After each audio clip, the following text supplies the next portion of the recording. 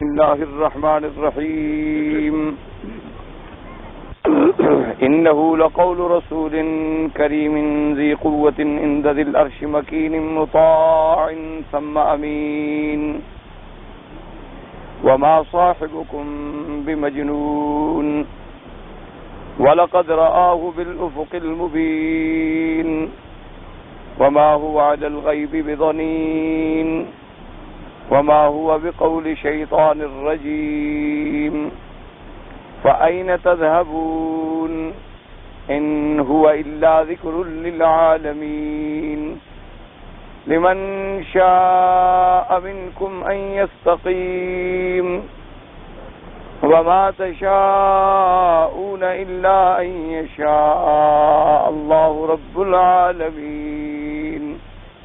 قال المؤلف والمفسر رحمه الله تعالى أدام النفع بعلومه وعلومكم في الدارين آمين إلى أن قال وما صاحبكم بمجنون. قال الشعبي وميمون بن مهران وأبو صالح ومن تقدم ذكرهم المراد بقوله وما صاحبكم بمجنون يعني محمدا صلی اللہ علیہ وسلم. اللہ تبارک و تعالی نے ان آیات مبارکہ میں جو سورۃ التکویر کی آخری آیات مبارکہ ہیں ارشاد فرمایا وما صاحبکم بمجنون کہ نہیں تمہارا ساتھی بمجنون جنون والا. اب اس پر مفسرین رحمہ اللہ تعالی علیہم کا تقریباً اتفاق ہے، یعنی جمہور مفسرین کی رائے مبارک یہی ہے کہ اس آیت سے مراد حضرت محمد مصطفیٰ صلی اللہ علیہ وسلم، اور اسی سے انہوں نے جو دوسری آیت مبارک آئی ہے سورۃ القلم میں، اس میں بھی اللہ تبارک و تعالی نے ارشاد فرمایا کہ نون والقلم وما یسطرون ما انت بنعمت ربک بمجنون. وہاں بھی مراد حضور پاک صلی اللہ علیہ وسلم کی ذات مبارک سے جنون کی تہمت کو دفع کرنا.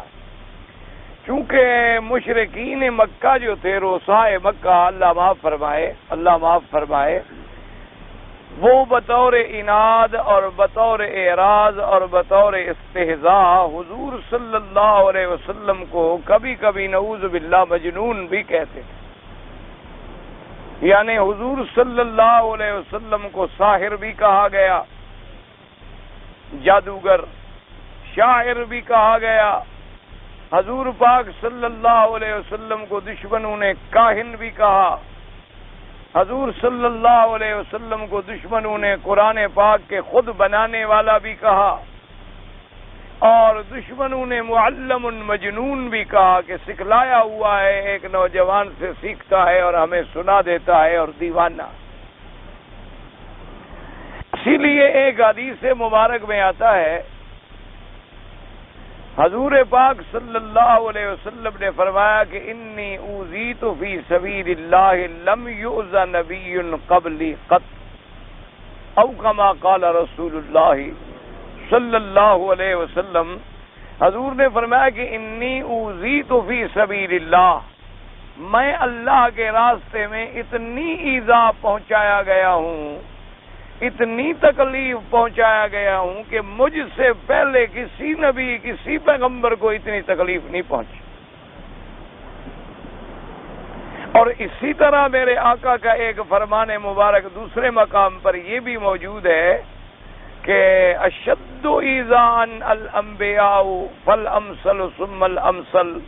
آپ نے فرمایا کہ سب سے زیادہ تکلیفیں اللہ کے راستے میں دیے گئے ہیں انبیاء، اور انبیاء کے بعد پھر جیسے جیسے مرتبہ ہے، یعنی جیسے مرتبہ بڑھا ہے اتنی ایذائیں بھی بڑھی ہیں. اور اس سے یہ بات بھی سمجھ آئی کہ چونکہ تمام انبیاء میں، تمام رسل میں علیہم الصلوات والتسلیم باعتبار مرتبے اور شان کے ہمارے آقا کا مرتبہ بڑھا ہے، شان بڑی ہے.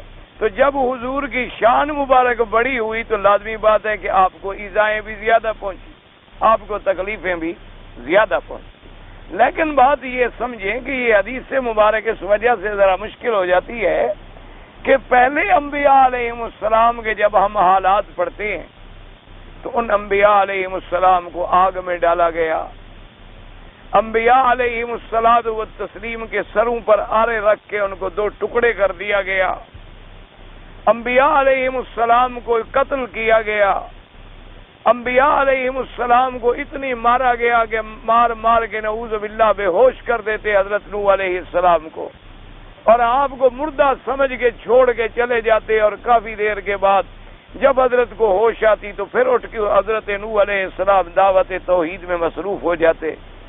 اتنی تکلیفیں پہنچی ہیں بظاہر، یعنی یہ بات جو ہے سمجھ میں نہیں آتی کہ حضور پاک کو اتنی تکلیفیں نہیں پہنچائی گئی۔ سب سے بڑی تکلیف تو قتل ہے، سب سے بڑی تکلیف تو ہے کہ اللہ کے راستے میں کسی کو شہید کر ڈالا جائے۔ حضور صلی اللہ علیہ وسلم کو اللہ نے محفوظ رکھا۔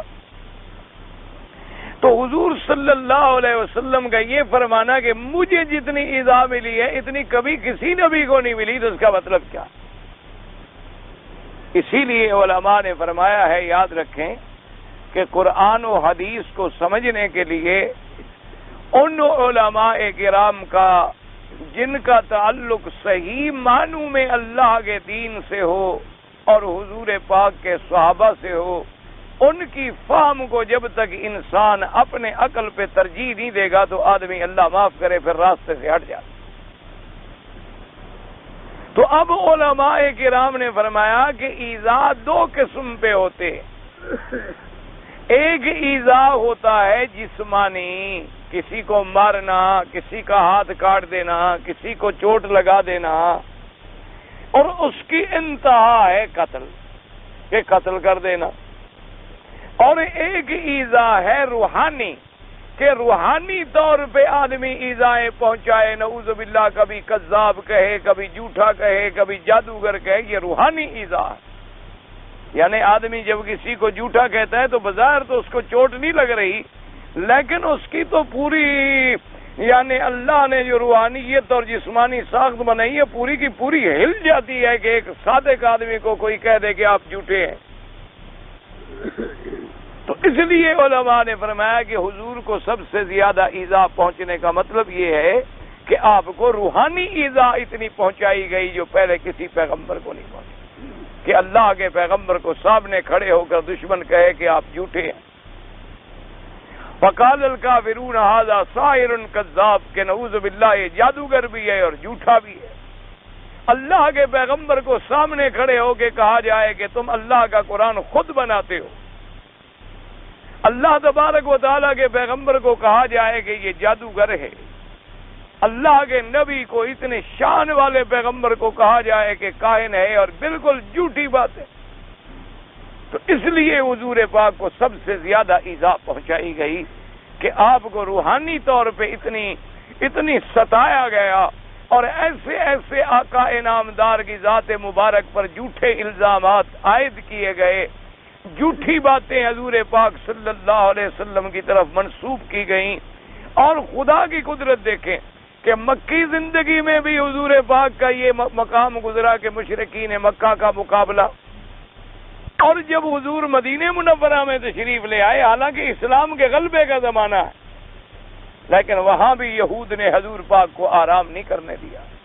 وہاں چونکہ یہودیوں کے قبائل موجود تھے، بنو قریظہ تھے، بنو نذیر تھے، اور بنی قینقاع تھے، ان یہودیوں نے اپنی سازشوں سے حضور پاک کو وہاں بھی آرام سے نہ رہنے دیا، حتیٰ کہ آپ کی پاک اور محترمہ مطہرہ سیدہ عائشہ آپ کی زوجہ مطہرہ پر نعوذ باللہ زنا کی تہمت لگائی گئی۔ اس سے بڑا زیادہ کوئی تکلیف ہو سکتی ہے؟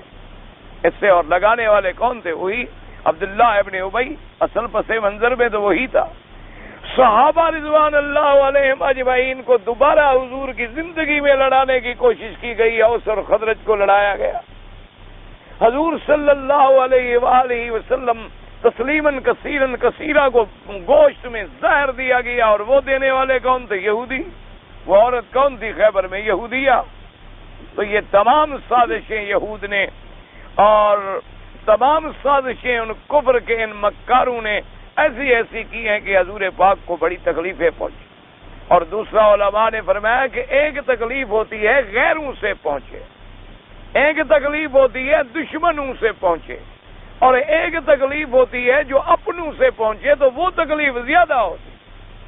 کیا مانا؟ ایک آدمی آپ کا مخالف ہے، دشمن ہے، گالیاں دیتا ہے، برا کہتا ہے، اس کی مرضی ہے، لیکن ایک آدمی آپ کا عزیز ہے، رشتہ دار ہے، آپ کا شاگرد ہے، آپ سے قرآن پڑھتا ہے، پھر وہ بیٹھ کے باتیں بناتا ہے، تو وہ تو آپ کے لیے بہت بڑا مسئلہ ہے۔ اس لیے حضور پاک کو تکلیف پہنچانے والے کون تھے؟ قریش مکہ، یعنی جو تقریباً سارے کے سارے، کوئی گھر مکے میں قریش کا ایسا نہیں جس کا حضور سے رشتہ نہ ہو، حضور صلی اللہ علیہ وسلم سے قرابت نہ ہو۔ کوئی چچے ہیں، کوئی چچے کی اولاد ہیں، کوئی پہلے دادے میں جا کے ملتے ہیں، کوئی دوسرے دادے میں ملتے ہیں، کوئی تیسرے دادے میں ملتے ہیں، انہیں تمام کے تمام قریبی رشتہ دار ہیں۔ اور ایذائیں بھی ایسی پہنچائی جائیں کہ حضور کے چچے کی بیوی ہو، چچی ہو حضور کی، اور وہ ایک قاتل ہائر کرے اور حضور کے سکے چچا سیدنا حمزہ کو ٹکڑے ٹکڑے کرا دے۔ اس سے بڑی تکلیف کوئی ہو سکتی ہے؟ اس لیے حدیث پاک میں آتا ہے کہ ہمارے آقا خاتم الانبیاء حبیب کبریا محمد مصطفیٰ صلی اللہ علیہ وعلا آلہ واصحابہ وسلم تسلیما کثیرا کثیرا، اللہ کے کروڑوں صلاۃ والسلام ہوں آپ کی ذات پر، جب جبل احد میں آپ کو خبر ملی سیدنا حمزہ رضی اللہ تعالیٰ عنہ کی شہادت کی، جب آپ تشریف لے آئے تو آپ نے دیکھا کہ سیدنا حمزہ کو ٹکڑے ٹکڑے کر دیا، نعوذ باللہ آپ کے بدن مبارک کو ٹکڑے ٹکڑے کر دیا گیا۔ حضور صلی اللہ علیہ وسلم کو اتنی اثر ہوا، آپ نے فرمایا کہ اگر آج صفیہ سیدنا حمزہ کی بہن، آپ نے فرمایا اگر مجھے اس کی بہن کا خیال نہ ہوتا تو میں آج اپنے چچا کی لاش یہیں چھوڑ دیتا کہ جنگل کے پرندے آ کے کھا جائیں، تاکہ قیامت والے دن ہر پرندے کے بطن سے اس کے اجزاء نکلیں اللہ کے راستے میں۔ اتنی حضور صلی اللہ علیہ وعلا آلہ وسلم، تو اس لیے حضور نے فرمایا کہ اللہ کے راستے میں مجھے سب سے زیادہ تکلیفیں پہنچی، سب سے زیادہ ایذائیں پہنچی۔ اور پھر اسی طرح پھر بعد میں یعنی صحابہ، تابعین، تبع تابعین، ائمہ مجتہدین، ائمہ محدثین، ائمہ فقہاء، اولیاء اللہ، علماء امت، جیسے جیسے مرتبہ بڑا ہوگا اتنی تکلیفیں اور آزمائشیں بھی پڑی، اتنی اللہ تبارک و تعالیٰ کے راستے میں امتحانات بھی بڑھے۔ تو ان امتحانات اور تکلیفوں میں سے ایک تکلیف یہ بھی تھی کہ حضور کے بارے میں بدبخت کہتے تھے کہ آپ تو دیوانے ہیں، مجنون ہیں۔ نعوذ باللہ ثم نعوذ باللہ ثم نعوذ باللہ۔ اللہ کے نبی تو معصوم ہوتے ہیں، اللہ کے نبی شان والے ہوتے ہیں۔ ساری دنیا کا عقل اگر ایک ترازو میں رکھا جائے اور اللہ کے نبی کا عقل ایک ترازو میں رکھا جائے تو پوری دنیا کا عقل مقابلہ نہیں کر سکتا، پوری دنیا کا علم مقابلہ نہیں کر سکتا، پوری دنیا کی فکر مقابلہ نہیں کر سکتی، پوری دنیا کے معلومات مقابلہ نہیں کر سکتے۔ لیکن پھر بھی دشمنوں کا کہنا کہ آپ مجنون ہیں، اس کی وجہ کیا تھی؟ ورنہ نعوذ باللہ مجنون تو دیکھیں نا جی، کوئی دیوانہ ہو تو ہر آدمی کو نظر آتا ہے، کسی کو پتھر مارے گا، کبھی کپڑے پھاڑے گا، کبھی نعوذ باللہ کوئی بری بات کرے گا، کبھی کسی سے لڑ پڑے گا، وہ دیوانہ ہے۔ حضور پاک تو رحمت للعالمین ہے، حضور اعلی خلق عظیم ہے۔ حضور پاک نے تو کبھی دشمن کو بھی گالی سے جواب نہیں دیا۔ حضور صلی اللہ علیہ وسلم کے راستے میں کانٹے بچھائے گئے اور آپ نے دعائیں کی۔ حضور صلی اللہ علیہ وسلم کے بدن مقدس پر پتھر برسائے گئے اور حضور نے دعائیں کی، تو پھر مجنون کیوں کہتے تھے ظالم؟ اس وجہ سے علماء نے لکھا کہ اس کی وجوہات، ایک تو وجہ یہ تھی کہ جب حضور پہ وحی نازل ہوتی وہ کیفیت جو طاری ہوتی تھی، وہ کیفیت چونکہ بڑی عجیب ہوتی تھی کہ سردیوں کی رات ہو پھر بھی حضور پسینہ پسینہ ہو جاتے تھے اور آپ کا چہرہ مبارک تبدیل ہو جاتا تھا اور ایک شکل طاری ہو جاتا تھا، حتیٰ کہ صحابہ سمجھ لیتے تھے کہ اب وحی اتر رہی ہے۔ تو دشمن جو ہے وہ اسی کیفیت کو نعوذ باللہ ایک جنون کی کیفیت کہ جی دیکھو اب یہ جنون کا دورہ ہے، جب دورہ پڑتا ہے اس کے بعد کوئی نہ کوئی بات کہہ دیتے ہیں، دشمن جو ہوا۔ اور دوسری بات ان کے مجنون کہنے کی یہ تھی، وہ یہ کہتے تھے کہ دیکھو جی آپ بیٹھے بیٹھے ایسی باتیں فرماتے ہیں کہ اسلام کو ترقی ملے گی، اور اسلام وہاں تک پھیلے گا، مشرق میں، مغرب میں، شمال میں، جنوب میں، اور اسلام کو اتنا غلبہ ملے گا کہ مکے سے لے کر صنعا تک ایک عورت اکیلے جائے گی اور اسے کوئی ڈر نہیں ہوگا اپنی عزت کا، عصمت کا، مال کا۔ اسلام کا ایسا وقت آ جائے گا تو وہ کہتے دیکھو جی یہ دیوانے کی باتیں ہیں، دیوانوں کی بڑھ ہے کہ آپ کے ساتھ 40 آدمی تو کل مسلمان ہیں، ان 40 میں سے 1-2 ہیں جن کو گھر کی روٹی ملتی ہے، باقی تو سارے غریب ہیں، باقی تو کسی کے گھر میں کھانا بھی نہیں ہے ایک وقت کا۔ اور حضور آپ دیکھ رہے ہیں کہ کسرا اور روم فتح ہوگا اور وہاں اسلام کا پرچم لہرائے گا۔ یہ دیوانے کی باتیں ہیں، یہ نعوذ باللہ دیوانوں کی بڑھ ہے۔ اس وجہ سے بدبخت کہتے تھے کہ آپ مجنون ہیں۔ تو اللہ تبارک و تعالی نے قرآن مقدس میں ان کا رد فرمایا اور ارشاد فرمایا ما انت بنعمت ربک بمجنون۔ اور یہاں بھی اللہ نے فرمایا وما صاحبکم بمجنون۔ کتنا پیارا لفظ ہے صاحبکم، اور جو تمہارا ساتھی ہے، تم میں پیدا ہوا، تمہارے اندر جوان ہوا، تمہارے اندر زندگی گزاری، تمہاری صحبت میں رہا، تم اسے دیوانہ کہتے ہو۔ اس کو دیوانے کہنے والے تو خود دیوانے اور پاگل ہیں۔ اس لیے فرمایا وما صاحبکم بمجنون۔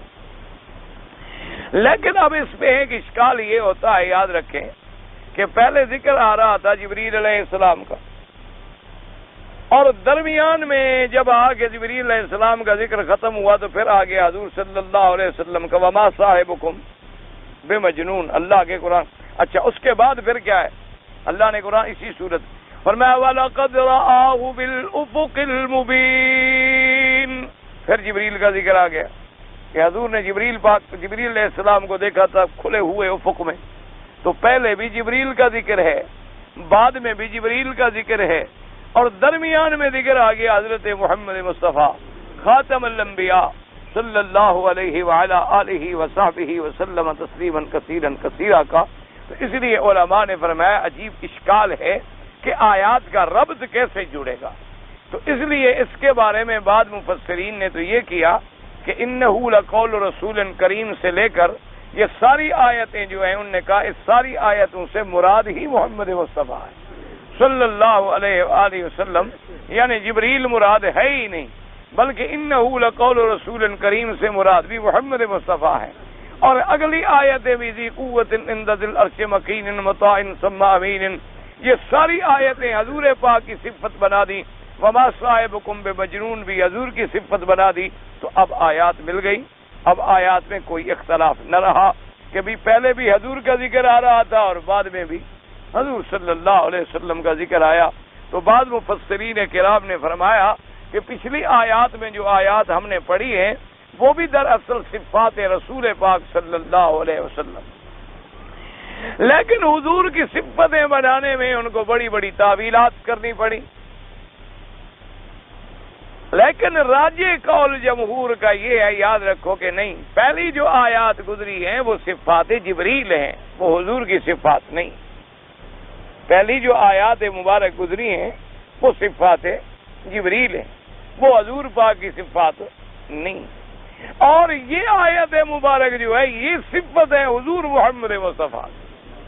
جمہور مفسرین کرام چونکہ قرآن پاک کی تفسیر جو ہے سب سے زیادہ سمجھنے والے اور بیان کرنے والے کون ہیں؟ اصحاب رسول اللہ، اصحاب رسول اللہ صلی اللہ علیہ وسلم رضوان اللہ علیہم اجمعین، کہ انہوں نے قرآن براہ راست پڑھا ہے حضرت محمد مصطفیٰ، لہذا ان کے مقابلے پہ کون تفسیر بیان کر سکتا ہے؟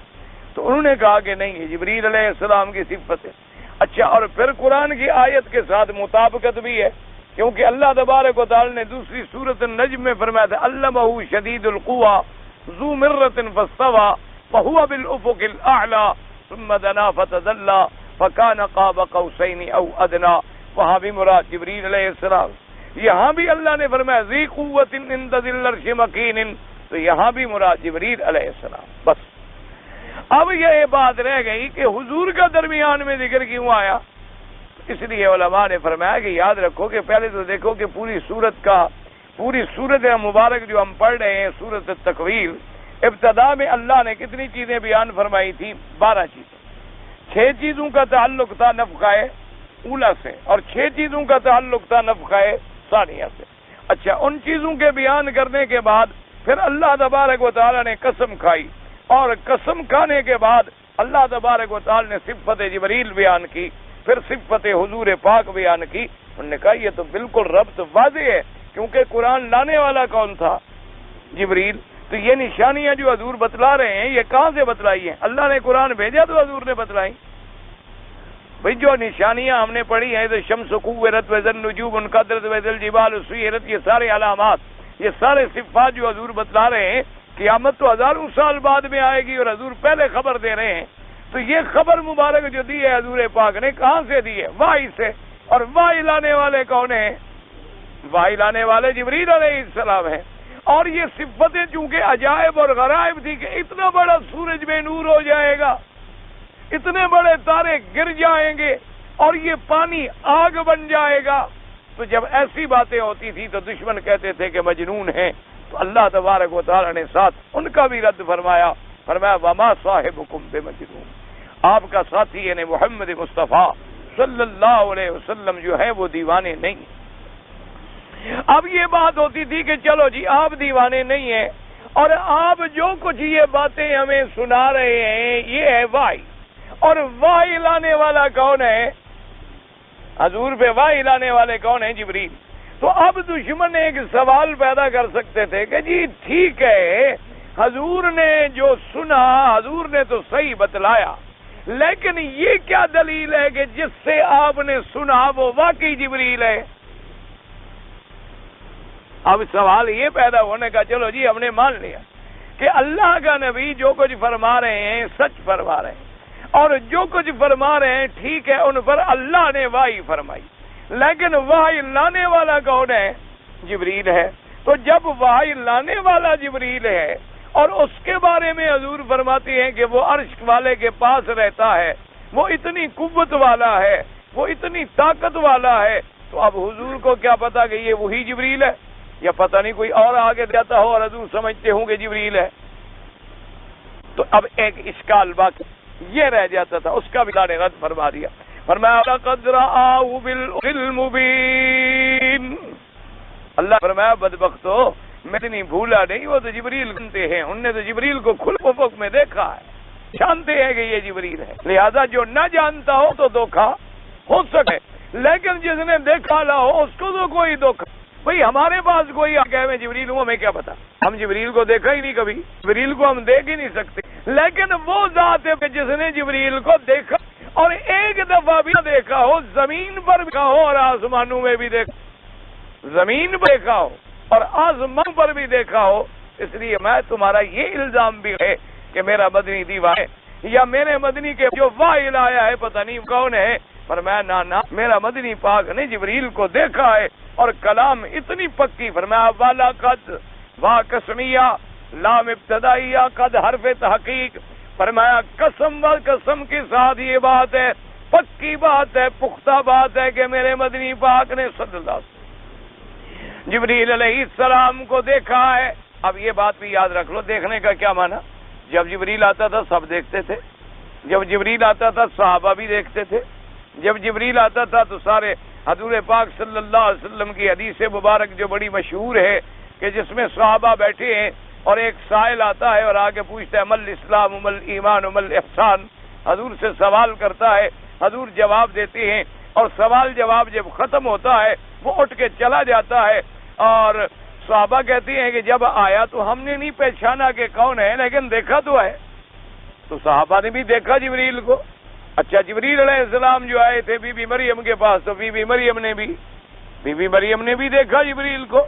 اسی طرح حضرت حسن حسین رضی اللہ تعالی عنہما کے بارے میں آتا ہے کہ وہ آئے تو انہوں نے بھی جبریل کو پکڑا، انہوں نے بھی دیکھا۔ تو کیا معنی اتنی مؤکد بات کرنے کا کہ تحقیق ہم قسم سے کہتے ہیں کہ میرے مدنی نے دیکھا؟ تو بات سمجھیں، معنی یہ ہے کہ جبریل کو انسان کی شکل میں تو سب نے دیکھا ہے، لیکن جبریل کو اس کی اپنی شکل میں صرف محمد عربی نے دیکھا صلی اللہ علیہ وسلم۔ اس لیے بات کو سمجھیں کہ جبریل جب انسان کی شکل میں بن جائے، جبریل جب انسان بن کے آ جاتا ہے، فرشتے جب انسان بن کے آ جاتے ہیں، پھر ابراہیم علیہ السلام کی بیوی نے بھی دیکھا، لوط علیہ السلام کی بیٹیوں نے بھی دیکھا ہے، لوط علیہ السلام کی بیوی نے بھی دیکھا ہے، بی بی مریم نے بھی دیکھا ہے۔ فتمثل لها بشرا سویا، اس وقت فرشتہ اپنی شکل میں نہیں تھا، اپنی صورت میں نہیں تھا۔ اور میرے آقا کے دیکھنے کا کیا مطلب ہے کہ حضور نے جبریل کو اس کی اصلی صورت، اس کی اصلی شکل، جس شکل میں اس کو اللہ نے پیدا فرمایا ہے اس شکل میں دیکھا ہے، تو صرف آقا نامدار خاتم الانبیاء حبیب کبریا حضرت محمد مصطفیٰ صلی اللہ علیہ وسلم نے دیکھا۔ اور ایک دفعہ حضور نے کب دیکھا؟ حضور نے فرمایا جبریل سے اپنی خواہش کا اظہار کیا، اللہ نے اجازت دے دی تو حضور اسی مکے میں مقام اجیاد، یہ محلہ جسے ہم جیاد کہتے ہیں، اس کا پہلا نام اجیاد یا جیاد ایک ہی بات ہے، اسی جگہ پر حضور موجود تھے کہ جبریل سامنے آئے۔ جبریل جب اپنے پر کھولے اور اپنی اصلی شکل میں سامنے آئے تو اغمی علی رسول اللہ، حضور پہ دیکھتے ہوئے غشی طاری ہو گئی اور حضور صلی اللہ علیہ وسلم زمین پہ بیٹھ گئے اور آپ پہ بے ہوشی کی کیفیت طاری ہو گئی۔ تو جبریل علیہ السلام نے جلدی جلدی اپنی شکل کو بدلا اور جلدی جلدی اترے اور کہا کہ انت رسول اللہ وانا جبرائیل، کہ آپ حضور اللہ پاک کے پیغمبر محمد مصطفیٰ ہیں اور میں جبریل ہوں، آپ گھبرا کیوں گئے؟ تو حضور نے فرمایا اتنی بڑے پر ہیں ابھی تمہارے، کیا تم سے بھی زیادہ کسی فرشتے کے پر ہیں؟ حضرت جبریل نے عرض کیا حضور یہ تو میرے تو 600 پر ہیں، اللہ کے فرشتے تو ایسے ہیں جن کے 5-5 ہزار پر ہیں۔ اللہ تبارک و تعالیٰ کے فرشتے تو بڑی مخلوق ہے، لیکن اللہ کے جلال اور عظمت کے مقابلے پر ایسے ہو جاتے ہیں جیسے سمٹ کر کوئی بزغہ ہو جاتا ہے، اتنی چھوٹے بن جاتے ہیں اللہ تبارک و تعالیٰ کی عظمت اور جلال سے۔ تو ایک دفعہ آپ نے زمین پہ دیکھا، دوسری دفعہ جب حضور صلی اللہ علیہ وسلم معراج پہ تشریف لے گئے تو پھر بھی جبریل کو اس کی اصلی شکل میں دیکھا، اصلی صورت میں دیکھا۔ اس لیے اللہ تبارک و تعالیٰ نے سہاں کیفیت بیان کی، ایک تو نفی کی جنون کی اور ایک ثابت کیا لقاء محمد مصطفیٰ اور رؤیت محمد مصطفیٰ جبریل علیہ الصلاۃ والتسلیم سے۔ اور اسی سے علماء نے استنباط فرمایا کہ دیکھو اللہ کا قرآن ہے، لیکن اللہ نے قرآن کی ایسی خوبصورت سند بیان کی کہ اللہ سے قرآن والا کون ہے؟ جبریل ہے۔ جبریل سے قرآن پڑھنے والے کون ہیں؟ محمد مصطفیٰ ہیں، اور حضور نے پڑھایا ہے اصحابہ کو، تو پورے قرآن کی جو ہے وہ رب العالمین تک ہی۔ اسی لیے علماء فرمایا کہ قرآن سب آئے گا جب تم بھی لوگوں سے پڑھو گے کی سند جا کے ملے اصحاب رسول اللہ سے، اور اصحاب رسول اللہ کی سند ملی حضور پاک سے، حضور پاک کی سند ملی جبریل سے، اور جبریل نے قرآن پڑھا رب العالمین سے۔ اس لیے اللہ تبارک و تعالی نے یہ سارا تاکہ درمیان میں ایسی کڑی جڑی ہوئی ہے کہ کوئی تعارض اور کوئی افتراق پیدا ہی نہیں ہو سکتا۔ اس لیے اللہ تبارک و تعالی نے اس آیت مبارک میں مفسرین نے فرمایا کہ مراد کون ہے؟ حضرت محمد مصطفیٰ صلی اللہ علیہ وآلہ آلہ واصحابہ وسلم تسلیما کثیرا کثیرا۔ اور اسی سے یہ مسئلہ بھی ساتھ یاد رکھ لیں، ثابت ہو گیا کہ اللہ تبارک و تعالی نے مثلا کبھی اپنے انبیاء کو فرمایا عاد کا بھائی، کبھی انبیاء کو فرمایا قوم ہود کے بھائی، کبھی اللہ تبارک و تعالی نے فرمایا قوم مدین کے بھائی، کبھی اللہ نے فرمایا کہ مشرک مکہ کے قریش کے ساتھی۔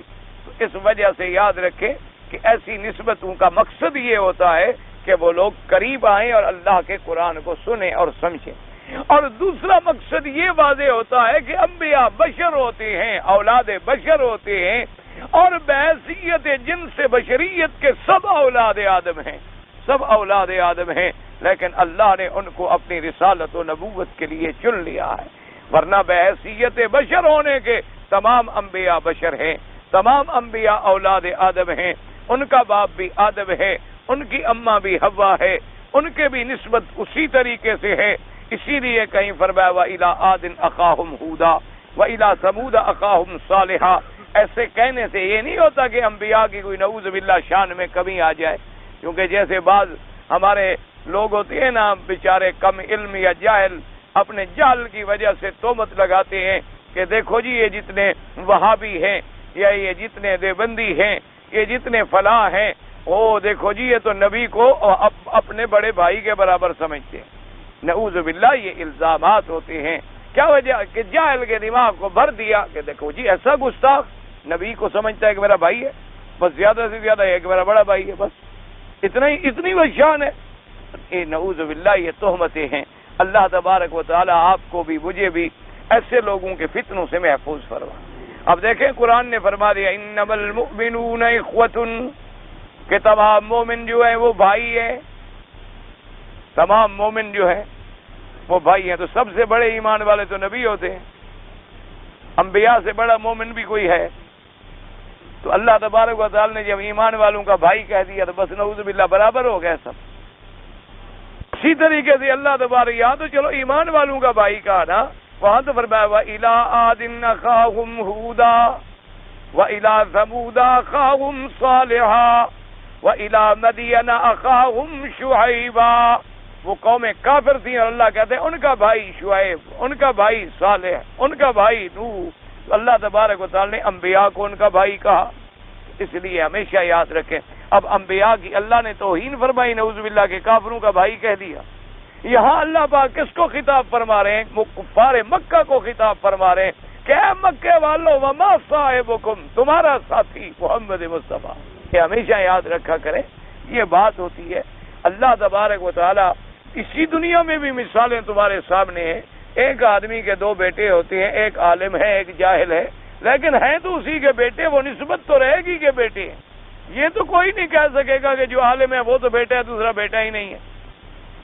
اسی طریقے سے آدم علیہ السلام کی اولاد میں نبی بھی پیدا ہوئے، رسول بھی پیدا ہوئے، اور آدم علیہ السلام کی اولاد میں فرعون بھی پیدا ہوا، ابو جہل بھی پیدا ہوا، نمرود بھی پیدا ہوا، شداد بھی پیدا ہوا، قارون بھی پیدا ہوا. تو کیا یہ سب برابر ہو گئے؟ اسی آدم علیہ السلام کی اولاد میں حابیل بھی پیدا ہوا اور قابیل بھی پیدا ہوا. اس لیے ہمیشہ یاد رکھا کریں اللہ تبارک و تعالی آپ کو بھی اور مجھے بھی انبیاء علیہم الصلاۃ والتسلیم کے شان مبارک میں سوء ادب سے محفوظ رکھے. لیکن جو الفاظ اللہ نے قرآن میں استعمال کیے ہیں وہ حق ہیں، اور ہمارا ایمان ہے کہ حضور محمد ابن عبداللہ ہیں، ابن عبد المطلب ہیں، حضور عبداللہ کے بیٹے ہیں، عبد المطلب کے پوتے ہیں، بی بی آمنہ ان کی والدہ ہیں، بی بی حلیمہ ان کے دودھ پلانے والی ہیں، ابی طالب ان کے چچا ہیں، عبد المطلب ان کے معاون اور مناصر ہیں، اور تمام صحابہ پھر حضور کے ساتھی اور صحابی ہیں. یہ حضور کی شان مبارک ہے. آپ بشر ہیں اور آپ سید البشر ہیں، آپ تمام بشریت کے تاج ہیں، آپ تمام انسانیت کا سرمایہ ہیں.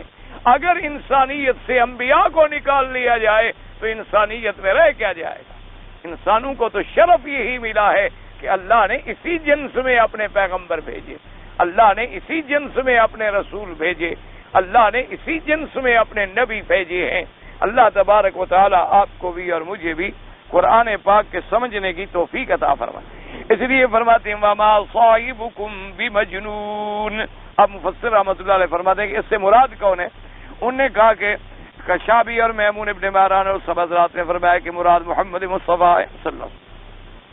وَلَقَدْ رَآهُ بِالْأُفُقِ الْمُبِينِ ای وَلَقَدْ رَآهُ محمد صلی اللہ علیہ وسلم. جب حضور کا نام آئے میں نے کئی دفعہ عرض کیا ہے بھائی درود شریف پڑھ لے، آہستہ آہستہ پڑھ لیا، مختصر پڑھ لیا، لیکن صلی اللہ علیہ وسلم جب بھی حضور کا نام آئے، جتنی دفعہ آئے، 1000 دفعہ آئے، کروڑ دفعہ آئے، اور دعا کرو کہ ہم مریں تب بھی یہی نام زبان پہ ہو، موت کا وقت آئے پھر بھی زبان پہ ہو لا الہ الا اللہ محمد الرسول اللہ. دل سے دعا کیا کرو اللہ کے کعبے میں کہ اللہ ہم سب کا خاتمہ جب کرے تو آخری کلام ہماری زبان پر جو ہو تو وہ یہی ہو لا الہ الا اللہ محمد الرسول اللہ. یہ نصیب ہو گیا تو سمجھو اگلی منزل ہماری آسان ہو. اس لیے خصوصی دعا کیا کرو. اور یہ کلمہ مبارک کب آئے گا؟ جب زبان پہ عادت بنا لو گے، عادت بنا لو گے. حضور پاک نے جب حضرت ابو الدرداء رضی اللہ تعالی عنہ کو ذکر کے بارے میں فرمایا تو پتہ ہے صحابی نے کیا کہا؟ اس نے کہا حضور آپ نے جو مجھے ذکر بتا دیا ہے نا، میں اتنا اللہ کا ذکر کروں گا، اتنا اللہ کا ذکر کروں گا، لوگ مجھے دیوانہ سمجھیں. لوگ سمجھیں گے یہ دیوانہ ہو گیا کہ ہر وقت اس کی زبان پہ اللہ کا ذکر. اسی لیے آج بھی جو لوگ اللہ کے ذکر میں مشغول ہوتے ہیں، بعض اللہ معاف فرمائے، کم عقل لوگ کہتے ہیں دیوانے ہیں، اور بعض اللہ کے ذکر کرنے والوں کو ایسے بھی ہم نے لوگ دیکھے ہیں، اللہ پاک رحمت کرے، اللہ انہیں بھی ہدایت دے، اللہ ہمیں بھی ہدایت دے۔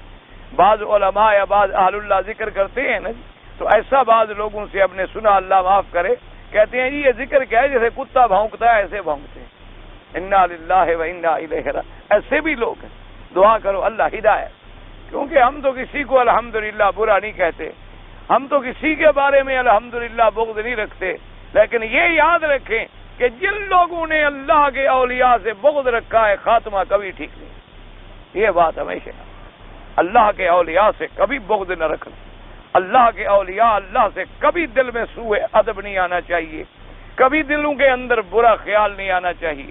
اسی لیے علماء نے لکھا ہے کہ اگر کسی اللہ کے ولی، کسی بہت بڑے عالم کی کوئی بات بظاہر شریعت کے خلاف نظر آ رہی ہے تو نے کہا چپ کر جاؤ، کسی اور عالم کے سپرد کر دو، اپنی طرف سے رائے زنی نہ کرو، پتہ نہیں انہوں نے کس حال میں یہ بات کہہ دی، پتہ نہیں وہ اللہ کے ذکر میں مشغول بیٹھے تھے، انہیں کوئی ہوش بھی تھا کہ نہیں تھا، جب انہوں نے یہ بات کی تھی تو انہوں نے کوئی سوچ سمجھ کے بھی کی تھی کہ نہیں کی تھی۔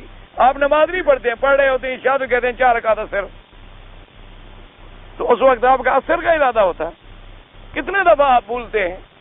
اچھا آپ نماز پڑھتے ہیں، چلو ابھی مجھے بتا دیں آپ نے مغرب کی نماز پڑھی الحمدللہ کہ نہیں پڑھی؟ اس کے بعد سنتیں پڑھی آپ نے؟ کتنی سنتیں پڑھی آپ نے؟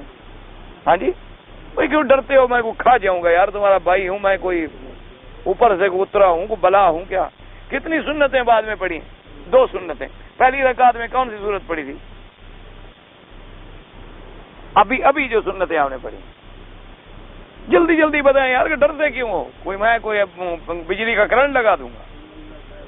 پہلی سورت کتنے کون سی پڑھی تھی؟ اچھا ظہر میں پہلی رکعت کون سی پڑھی تھی؟ پہلی رکعت میں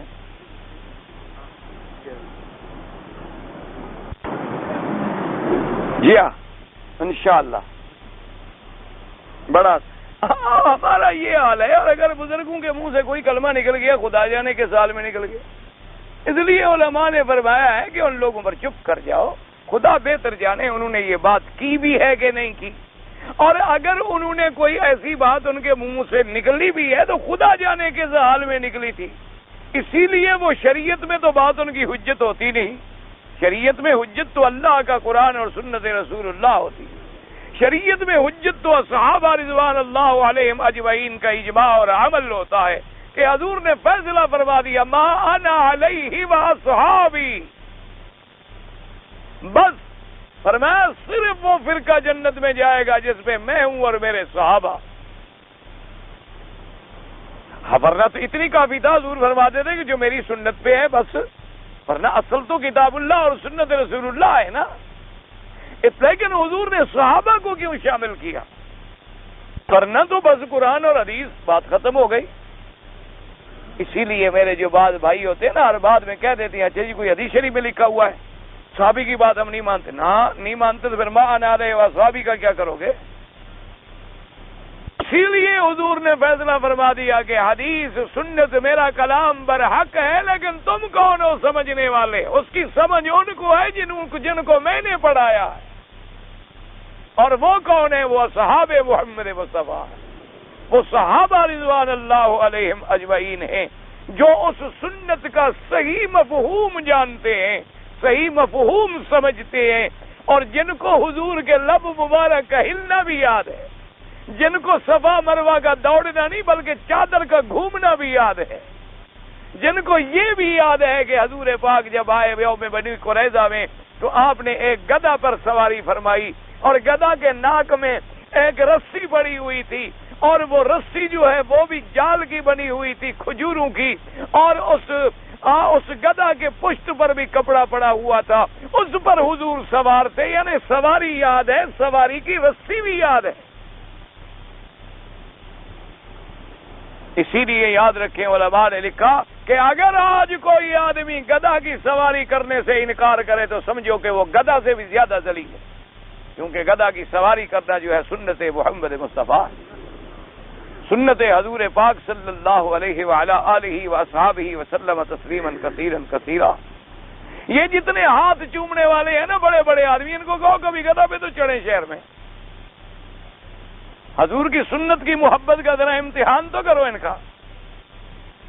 حضور پاک صلی اللہ علیہ وسلم نے جب سواری فرمائی اور اللہ نے قرآن میں کہہ دیا والخیل والبغال والحمیر لترکبوها وزینہ کہ تمہارے لیے ہم نے گھوڑے بنائے، خچر بنائے، گدھا بنائی، تمہارے لیے زینت ہے. کسی بڑے آدمی کو ذرا کہو کبھی گدھا پہ چڑھے.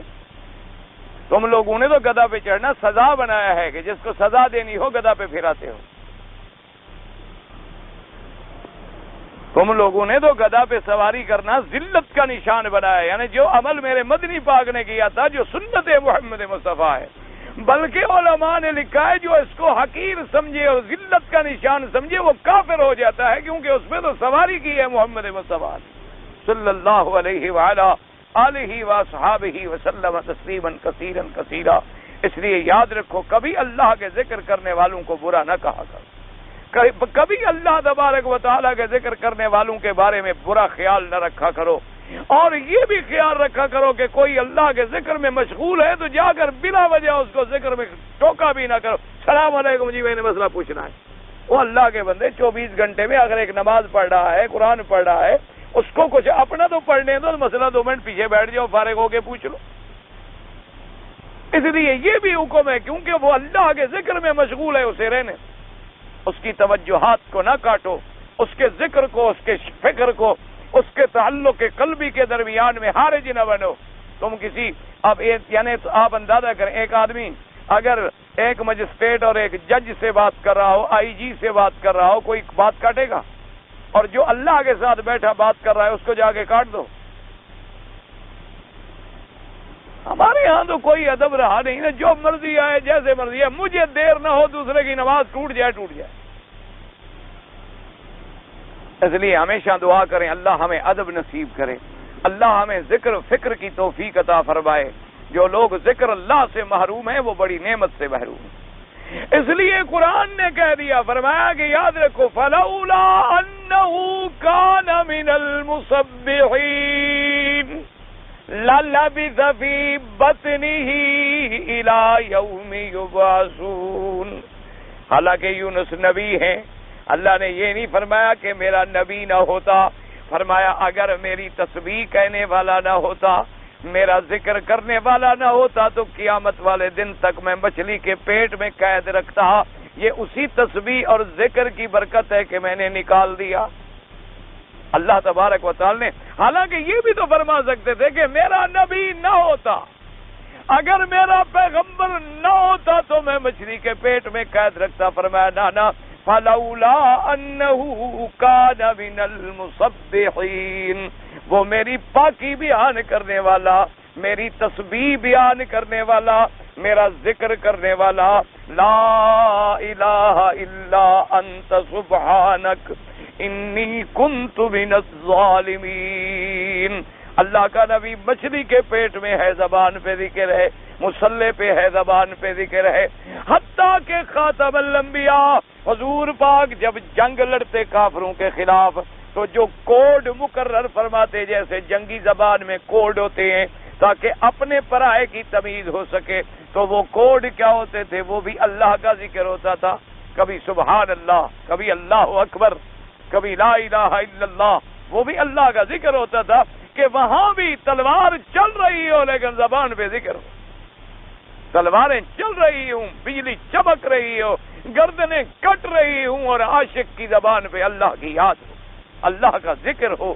اللہ تبارک و تعالیٰ کا زبان پہ ذکر جو ہے اتنی بڑی نعمت ہے، جو اس سے محروم ہے وہ ہر چیز سے محروم. اللہ سے دعا کرو اللہ ہمیں اپنا ذکر فکر نصیب کر. اللہ تبارک و تعالیٰ اپنے ذکر اور یاد ہمیں نصیب کر. اس لیے فرماتے ہیں وَلَقَدْ رَآهُ بِالْأُفُقِ الْمُبِينِ. کتنی کلام مؤکد ہے، واہ قسم کے لیے ہوتی ہے، یاد رکھو، واہ قسمیہ ہوتی ہے اور لام لگا، ورنہ کہہ دیتے رہا ہو، لیکن کہا نا اچھا اتنی بھی فرما دیتے رہا ہو تو تب بھی کلام ٹھیک تھا. اتنا فرما دیتے قد رہا ہو تب بھی کلام ٹھیک تھا. اتنا فرما دیتے لقد رہا ہو تب بھی کلام ٹھیک تھا.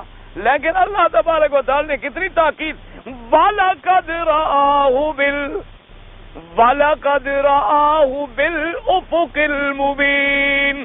فرمایا قسم ہے مجھے اپنی ذات کی، پکی بات ہے کہ دیکھا محمد مصطفیٰ نے، حضرت محمد مصطفیٰ نے دیکھا۔ میرا اللہ کس کو دیکھا؟ فرمایا جبریل کو دیکھا۔ رآہ، حضور نے دیکھا کس کو؟ جبریل کو، کیونکہ پچھلی آیات میں کس کا ذکر تھا؟ پچھلی آیات میں جبریل کا ذکر، انہ لقول رسول کریم ذی قوت عند ذی العرش مکین، یہ سب جبریل کی صفات تھی نا۔ اللہ نے فرمایا قسم تحقیق پکی بات ہے کہ دیکھا میرے پاک نبی نے محمد مصطفیٰ کو۔ اچھا اب اگر اتنا فرما دیتے کہ رآہ بالافق، تب بھی بات کافی تھی کہ آپ نے اس کو افق میں دیکھا۔ فرمایا بالافق المبین، افق واضح، یعنی دیکھنے میں کوئی شبہ نہیں، دیکھنے میں کوئی شک نہیں، دیکھنے میں کوئی اشتباہ نہیں، کائن کھلے ہوئے افق میں دیکھا ہے میرے پاک نبی محمد مصطفیٰ نے صلی اللہ علیہ وعلی آلہ وصحبہ وسلم۔ اس لیے علماء فرماتے ہیں کہ اور کسی نبی نے جبریل کو اصلی شکل میں نہیں دیکھا، یہ رویت جو نصیب ہوئی ہے اصلی شکل میں صرف حضور محمد مصطفیٰ کو صلی اللہ علیہ وعلی آلہ واصحابہ وسلم تسلیما کثیرا کثیرا۔ ورنہ جبریل علیہ السلام تو تمام انبیاء کے پاس تشریف لے گئے، لیکن جب تشریف لے جاتے تھے تو انسان کی شکل میں، بشر کی شکل میں تشریف لے جاتے، تاکہ بات سمجھنے میں، بات پہنچانے میں، بات کرنے میں آسانی پیدا ہو جائے۔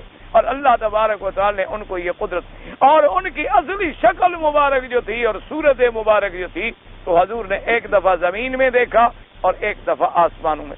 اور خدا کی قدرت دیکھو، جب زمین میں دیکھا تو حضور بے ہوش ہو گئے، حضور پہ غشی آ گئے، حضور صلی اللہ علیہ وسلم اغمی علیہ۔ اسی لیے تو قرآن کہتے ہیں ثم دنا فتدلا، جبریل پھر جلدی جلدی قریب آیا محمد مصطفیٰ کے، فکان قاب قوسین او ادنا، اتنی قریب آ گیا حضور پاک کے، اور آ کے اٹھایا حضور پاک کو سینے سے لگایا، کہا حضور میں تو جبریل ہوں، آپ محمد مصطفیٰ۔ لیکن حضور نے جب آسمانوں پہ دیکھا تو پھر اثر نہیں ہوا۔ حضور نے جب دوبارہ دیکھا آسمانوں پر تو پھر کیوں، پہلے جو دیکھ چکے تھے، پہلے جو رویت ہو چکی تھی، تو لہذا جب دوبارہ رویت ہوئی ہے تو اس وقت آقا انعامدار خاتم الانبیاء حبیب کبریا محمد مصطفیٰ صلی اللہ علیہ وعلی آلہ واصحابہ وسلم تسلیما کثیرا کثیرا۔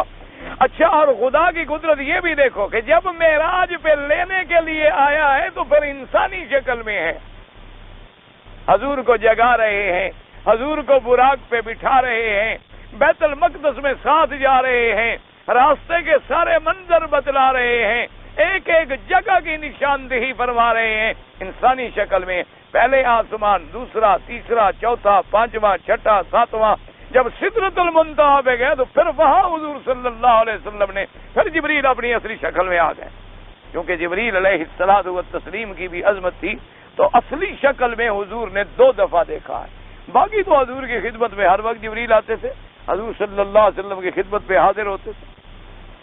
اس لیے فرماتے ہیں مفسر رحمۃ اللہ علیہ، اَيْ وَلَقَدْ رَأَىٰ مُحَمَّدٌ صلی اللہ علیہ وسلم جبریل الذی یأتیہ بالرسالۃ عن اللہ عز وجل علی الصورۃ التي خلقہ اللہ علیہا لہ 600 جناح۔ فرماتی ہیں کہ تحقیق دیکھا میرے پاک نبی محمد مصطفیٰ نے صلی اللہ علیہ وسلم نے جبریل علیہ السلام کو، وہ جبریل جو آپ کی طرف رسالت اور وحی لے کر آتے تھے اللہ کی طرف سے، کیسے دیکھا؟ علی الصورۃ التي خلقہ اللہ، اس صورت پہ جس پہ اللہ نے اس کو پیدا کیا، یعنی اس کی اصلی صورت۔ اور وہ صورت کیسی تھی؟ فرمایا وَلَهُ 600 جناح، کہ اس کے 600 پر تھے۔ تو اب علماء نے فرمایا ہے کہ وہ پر مبارک جو تھے، کہ جب وہ شکل تبدیل فرماتے تھے تو کیا وہ پر اتار دیے جاتے تھے یا لپیٹ لیے جاتے تھے؟ اس پر علماء نے کتابیں لکھی ہیں، اللہ ان کی قبروں پہ کروڑوں رحمتیں فرما۔ حدیث مبارک پڑھنا اور بات ہے، سمجھنا اور بات۔ حدیث مبارک کے لفظ پڑھ لینا علیحدہ بات ہوتی ہے، لیکن اس حدیث مبارک کا مفہوم سمجھنا اور اس کی گہرائیوں اور گہرائیوں کا مطالعہ کرنا، یہ اللہ نے ان کو نصیب کیا ہے جن کو اللہ نے علوم سے نوازا ہے، جن کو اللہ تبارک و تعالی نے شرح صدر نصیب فرمائی ہے کہ ایک ایک حدیث مبارک پہ بیٹھے اور دفتروں کے دفتر لکھ کے آئے، ایک ایک حدیث مبارک پہ بیٹھے اور جلدوں کی جلد کتابیں مرتب کر ڈالیں صرف جبریل علیہ السلام پہ جو بحث ہے نا، اگر آپ پڑھیں تو حیران ہو جائے.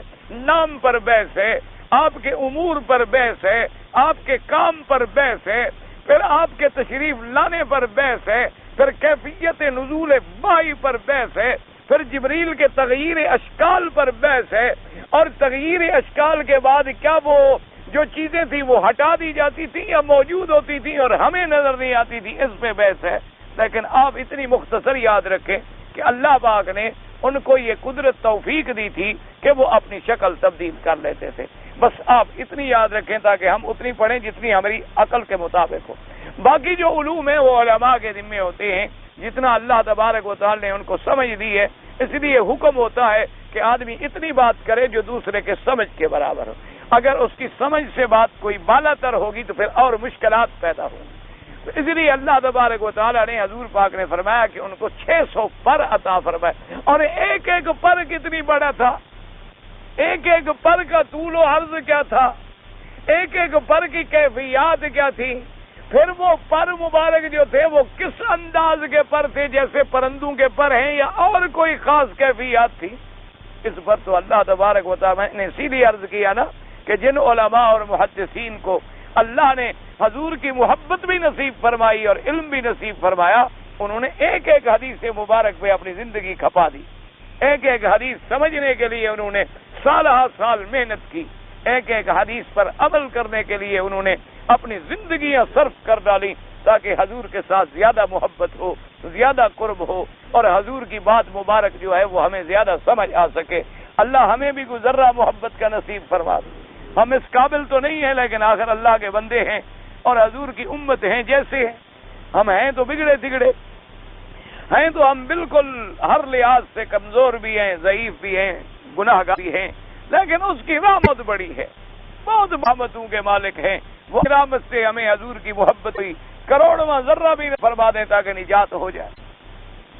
فرمایا قد رأوا بالافق المبین، الافق المبین بین وهي الرؤية الأولى التي كانت بالبطحاء وهي المذكورة في قوله تعالى علمه شديد القوى ذو مرة فاستوى وهو بالأفق الأعلى ثم دنا فتدلى فكان قاب قوسين أو أدنى فأوحى إلى عبده ما أوحى كما تقدم تفسير ذلك وتقريره. ہم مفسر فرماتے ہیں افق المبین کا معنی مبین معنی بین کھلا ہوا، اور فرماتے ہیں یہ وہ رویت ہے جو حضور پاک نے میدان بطحا میں، بطحا میدان، یہ طریق ابتح بطحا، بطحا کہتے ہیں کھلا میدان، اس میں حضور پاک صلی اللہ علیہ وسلم کو زیارت ہوئی. یہ اسی زیارت مبارک کا ذکر ہے.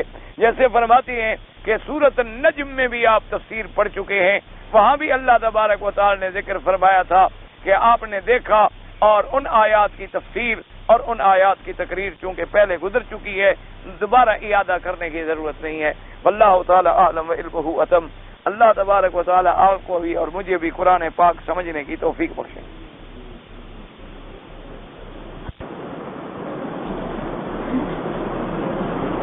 ایک آدمی ہمارا ساتھی ہے جو نماز کے لیے میں اس کو بڑے محبت سے جگاتا ہوں، لیکن وہ ناراض ہو جاتا ہے اور کہتا ہے کہ بس ایک دفعہ تم کہہ دیا کرو، اس کے بعد میں اٹھوں نہ اٹھوں میری مرضی ہے.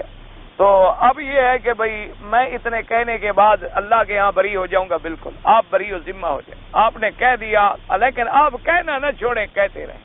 لیکن مسلمانوں یاد رکھو نماز اتنی بڑی چیز ہے کہ بعض ائمہ کرام رحمت اللہ علیہم اجمعین فرماتے ہیں کہ جو آدمی ایک نماز جان بوجھ کر چھوڑ دے وہ کافر ہو جاتا. ایک نماز، ایک نماز اگر عمدن یعنی جان بوجھ کے چھوڑ دے، فرماتے ہیں وہ کافر ہو جاتا ہے، اس کا نکاح ختم ہو جاتا ہے، مر جائے تو جنازہ نہ پڑھو اور اس کو مسلمانوں کے قبرستان میں دفن بھی نہ کرو. بعض ائمہ رحمت اللہ ہے، اور وہ اپنی طرف سے نہیں کہتے، کیونکہ حدیث مبارک میں یہ آیا، حضور نے فرمایا من ترک الصلاۃ متعمدا فقد کفر. حضور نے فرمایا کہ جو آدمی نماز کو چھوڑ دے جان بوجھ کر وہ کافر ہو جاتا.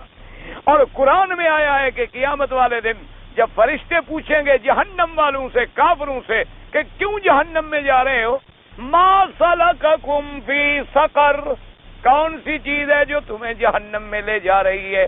قالوا لم نک من المصلین، وہ کہیں گے ہم نمازی نہیں تھے. تو اس لیے اب جہنم میں جانے والے بھی کہیں گے کہ ہم نمازی نہیں تھے. تو اس لیے علماء نے فتویٰ دیا ہے کوشش کرو اپنے بچوں کو، بیوی کو گھر میں، یہی ہماری بربادیوں کی وجہ ہے نا کہ بیوی نماز نہ پڑھے تو اب بعض ائمہ کے نزدیک تو کافر ہو گئی، نکاح ہی ختم ہو گیا. اب نکاح جب ختم ہو گیا تو اولاد، یہی وجہ ہے نا کہ آج اولاد نافرمان ہے. باپ کا کدھر ہے، بیٹا کدھر ہے، بہن کدھر ہے، بھائی کدھر ہے، ماں کدھر ہے، بیٹی کدھر ہے. وجہ یہ ہے کہ وہ تعلق رہا ہی نہیں، حلال تو رہا ہی نہیں. جب گھروں میں حرام آ گیا اور اولاد حرام کی پیدا ہو رہی ہے تو فرما بردار کیسے ہو؟ فرما برداری کا تو سوال ہی پیدا نہیں ہو سکتا. اس لیے کوشش کیا کریں.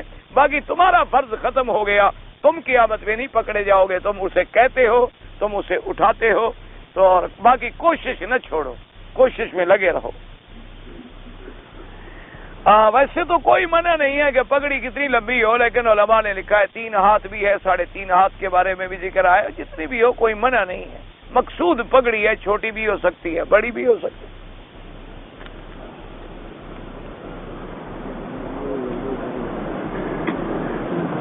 ہم نے سونا مثلا خرید کے، ایک آدمی نے رکھ لیا کہ بھئی آج میں نے سونا خرید لیا 10 روپے تولے، مثلا مثال کے طور پر، کہ بھئی جب یہ 12 ہوگا تو میں بیچ دوں گا، اور اگر ریٹ کم رہے گا تو رکھا رہے گا، میں نہیں بیچوں گا. جائز ہے، بالکل جائز ہے. کیوں منع ہے؟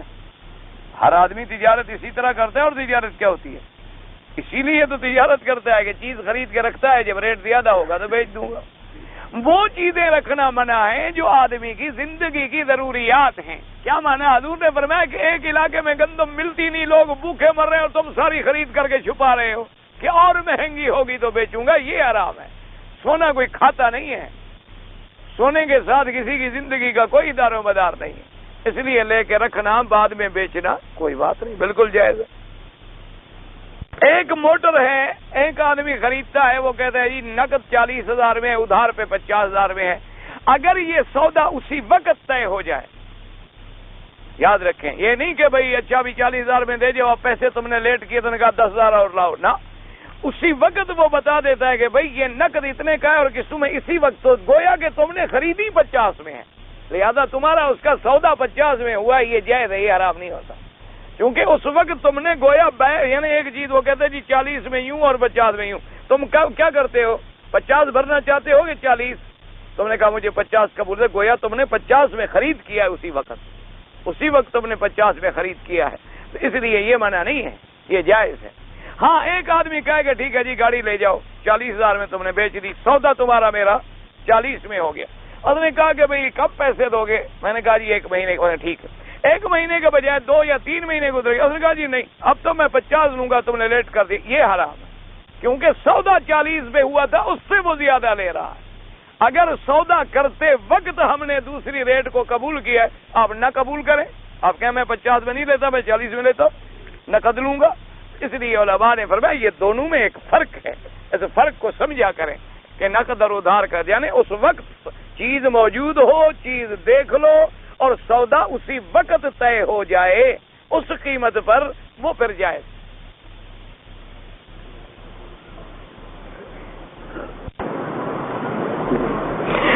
حدیث شریف میں ہے کہ 15 شعبان کی رات کو اللہ بندوں کے حالات، یہ حدیث صحت کے ساتھ کوئی نہیں. 15 شعبان کی رات کے بارے میں کوئی حدیث مبارک صحیح موجود نہیں. بعض علماء نے جو روایات نقل کی ہیں وہ ضعیف روایات ہیں.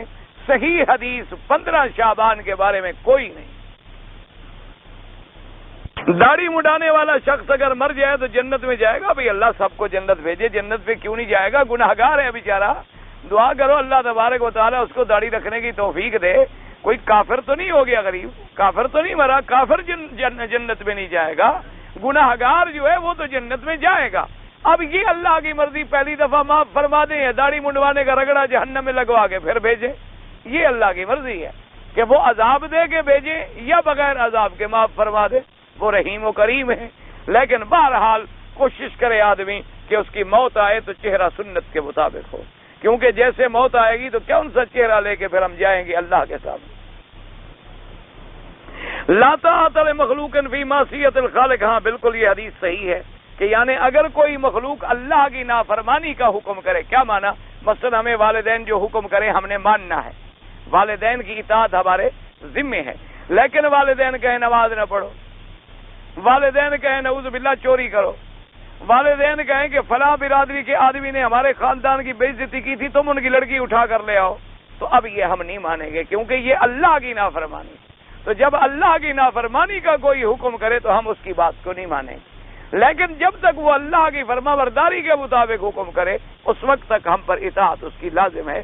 یہ حدیث مبارک صحیح ہے، حضور نے فرمایا کسی بندے کی بات اللہ کی نافرمانی میں نہیں مانی جائے گی۔ یعنی کوئی آدمی کہے نماز نہ پڑھو، کوئی آدمی کہے جیسے نعوذ باللہ ایک آدمی کا بیوی سے تعلق ہے، محبت ہے، پیار ہو، کہتی جی روزہ نہ رکھا کرو، یا ایک بیوی کہتی ہے جی داڑھی مڈایا کرو تم مجھے نوجوان نظر آؤ گے، تو یہ نافرمانی ہے اللہ کی۔ ایسی بات کسی کی ماننا جو ہے وہ گناہ ہے۔